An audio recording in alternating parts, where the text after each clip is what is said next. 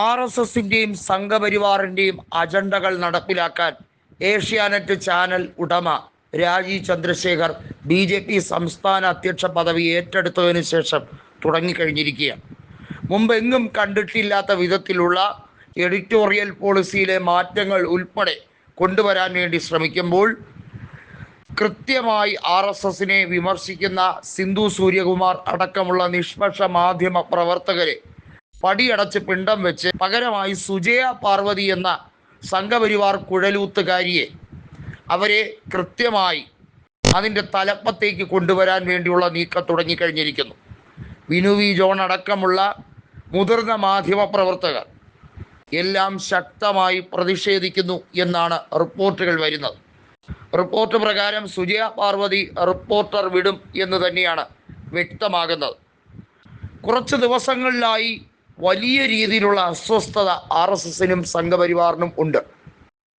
പൃഥ്വിരാജ് സംവിധാനം ചെയ്ത് പുറത്തിറങ്ങിയ എമ്പുരാൻ എന്ന സിനിമ, ലൂസിഫറിൻ്റെ 2ാം ഭാഗം, അത് സമാനതകളില്ലാത്ത രീതിയിൽ കേരളത്തിലും മറ്റ് പ്രദേശങ്ങളിലും ഓടുമ്പോൾ വിദേശത്ത് സർവർ റെക്കോർഡ് കളക്ഷനിലേക്ക് പോകുമ്പോൾ അതുമായി ബന്ധപ്പെട്ട അസ്വസ്ഥത പ്രകടിപ്പിച്ചുകൊണ്ട് K. സുരേന്ദ്രൻ അടക്കമുള്ളവർ പോസ്റ്റ് ഇട്ടിരിക്കുകയാണ്.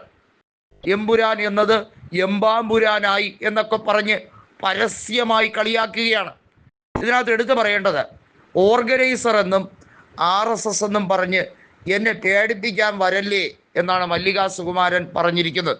എനിക്കിവരെ ഒന്നും കണ്ടാൽ ഒരു ഭയപ്പാടുമില്ല, പോയി തരത്തി കളിക്ക്, ആളറിഞ്ഞ് കളിക്ക് എന്നാണ് കൃത്യമായി പൃഥ്വിരാജ് സുകുമാരൻ്റെ ഭാര്യ സുപ്രിയ മേനോൻ പറഞ്ഞത്. അതായത്, നിങ്ങളൊന്നും വിചാരിച്ചാൽ അങ്ങനെയൊന്നും കയറി അള്ളാൻ പറ്റുന്ന മുതലല്ല ഇത് എന്ന താക്കീത് കൂടിയാണ് കൊടുത്തിരിക്കുന്നത്. സേവ് ലക്ഷദ്വീപ് ക്യാമ്പയിൻ അടക്കമുള്ള കൃത്യമായിട്ടുള്ള നിലപാടുകൾ എടുത്തുകൊണ്ട് മതേതര മുഖമായി നിന്ന പൃഥ്വിരാജിൻ്റെ ട്രാക്ക് റെക്കോർഡ് നോക്കിയാൽ അറിയാം, അദ്ദേഹം ശക്തനായ മതേതരവാദിയാണ്. അദ്ദേഹത്തിൻ്റെ നിലപാടുകൾ അദ്ദേഹത്തിൻ്റെ സത്യമാണ്. അതുമാത്രമല്ല, അദ്ദേഹം പറയുന്നൊരു കാര്യമുണ്ട്, തന്നെ സത്യം പറയാൻ പഠിപ്പിച്ച തൻ്റെ പിതാവായ സുകുമാരനാണ്. ആദ്യമൊക്കെ സത്യം പറയുമ്പോൾ കുറച്ച് ബുദ്ധിമുട്ട് വരുമെങ്കിലും അതുകൊണ്ടുണ്ടാകുന്ന സമാധാനം എന്നത് വളരെ വലുതാണ് എന്നുള്ളത് കൃത്യമായി അദ്ദേഹം അവതരിപ്പിച്ചിരിക്കുകയാണ്. മാത്രമല്ല, മേജർ രവിയെ പോലുള്ളവർ ഈ സിനിമ ഇറങ്ങുമ്പോൾ അത് ചരിത്രത്തിൻ്റെ ഭാഗമാകും എന്ന് പറഞ്ഞിട്ട് പെട്ടെന്ന് തള്ളിക്കളയുമ്പോൾ അങ്ങനെയുള്ളവരുടെ ക്രെഡിബിലിറ്റി ജനം തിരിച്ചറിയട്ടെ എന്നും മല്ലികാ സുകുമാരൻ പറയുന്നുണ്ട്. രാജീവ് ചന്ദ്രശേഖർ പറഞ്ഞത്, ഞാൻ ഈ ചലച്ചിത്രം കാണും, ഞാനൊരു മോഹൻലാൽ ആരാധകനാണെന്നാണ് പറഞ്ഞത്. എന്നിട്ട് പിറ്റേ ദിവസം ഈ രീതിയിലുള്ള പ്രതിഷേധം സംഘപരിവാർ സംഘടനകൾ നടത്തിയപ്പോൾ ഉടൻ പറയുന്നു, ഞാൻ ഈ സിനിമ കാണില്ല എന്നുള്ളത്.